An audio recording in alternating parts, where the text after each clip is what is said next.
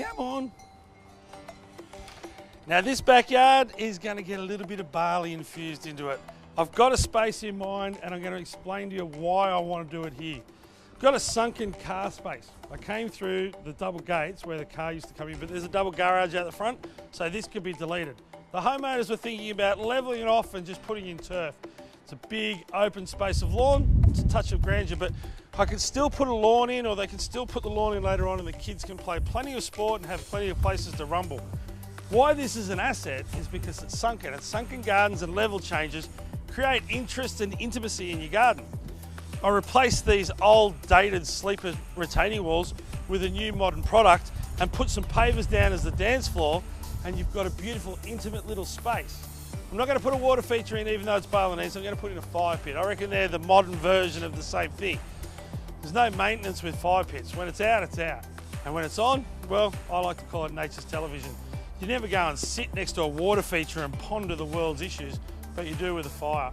Whether it be with your loved one, your family, or your family and friends when you're having a shindig, a little fire pit is a beautiful place to draw your eye, and it means that you can ponder life at the same time. Now, when you're working in an old established garden like this, you've got positives and negatives. So I'm working with some of those positives. The first one, the level change, and the second one is that acacia there. Being a big, flat space, if I was to take that tree out, it'd just make it look hot and dry. But what I'm going to do is raise the canopy, and the retaining wall will double as a seat. Now, retaining wall double as a seat is good for a couple of reasons. It means you don't have to go and buy the furniture after you've done all the hard landscaping, saving you a bit of money. But it also works in your advantage on space. If you build a retaining wall and then put a chair in front of it, you've just lost the width of the chair.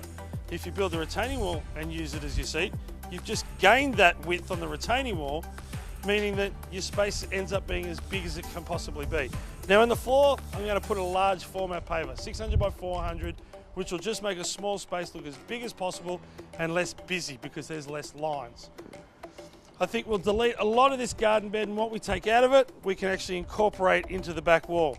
And for another little Balinese theme, I might find some features to put on that wall and cut it into the ficus.